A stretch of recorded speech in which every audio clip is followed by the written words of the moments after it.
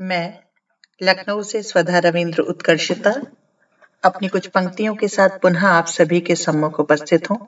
आशा करती हूँ मेरी ये पंक्तियां आपको पसंद आएंगी। सीधे सीधे पंक्तियों पर आती हूँ। गर्म तवे पर फूली रोटी आज पकाती है छोटी। गर्म तवे पर फूली रोटी आज पकाती है छोटी। रोटी के जल भुन जाने पर फिर घबराती है छोटी। गर्म तवे पर फूली रोटी आज पकाती है छोटी। रोटी के जल भुन जाने पर फिर घबराती है छोटी। लाल चुनरिया ओढ़ हाथ में बेलन लेकर बैठी है। लाल चुनरिया ओढ़ हाथ में बेलन लेकर बैठी है। देख पिया को शैतानी में फिर मुस्काती है छोटी। रोटी के जल भुन जाने पर फिर घबराती है छोटी। मैके से ससुराल की दूरी इतनी अधिक भला क्यों है। मैके से ससुराल की दूरी इतनी अधिक भला क्यों है। सोच सोच कर माँ बाबा को फिर अकुलाती है छोटी।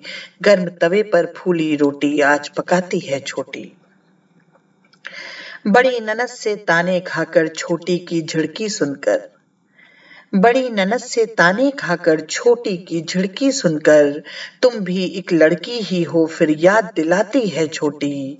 रोटी के जल भुन जाने पर फिर घबराती है छोटी। सास ससुर में देख रही थी माँ बाबा की जो सूरत। सास ससुर में देख रही थी माँ बाबा की जो सूरत। उनकी बस एक अनदेखी से फिर जल जाती है छोटी। रोटी के जल भुन जाने पर फिर घबराती है छोटी। बड़े लाड़ से विदा किया था।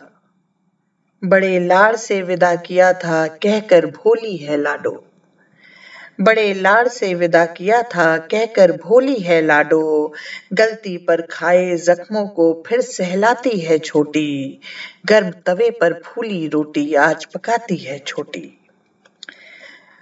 और देखिए, जब माँ बाबा ससुराल आते हैं तो कैसा महसूस करती है लड़की कि माँ बाबा को देख सासरे की ड्योढ़ी पर पग धरते।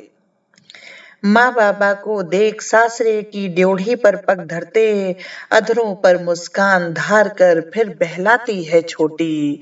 रोटी के जल भुन जाने पर फिर घबराती है छोटी। और जिस अंत के लिए ये सारी पंक्तियां लिखी गईं, उस अंत पे आती हूँ। पिछले कुछ बरसों में कितनी सीताएं थी खाक हुई। पिछले कुछ बरसों में कितनी सीताएं थी खाक हुई। सोच सोच कर बिना मरे ही फिर मर जाती है छोटी। सोच सोच कर बिना मरे ही फिर मर जाती है छोटी। गर्म तवे पर फूली रोटी आज पकाती है छोटी। रोटी के जल भुन जाने पर फिर घबराती है छोटी। रोटी के जल भुन जाने पर फिर घबराती है छोटी। आशा करती हूँ मेरी ये पंक्तियां आपको पसंद आई होंगी। आप सभी की प्रतिक्रिया की प्रतीक्षा रहेगी। तब तक के लिए आप सभी से विदा लेती हूँ।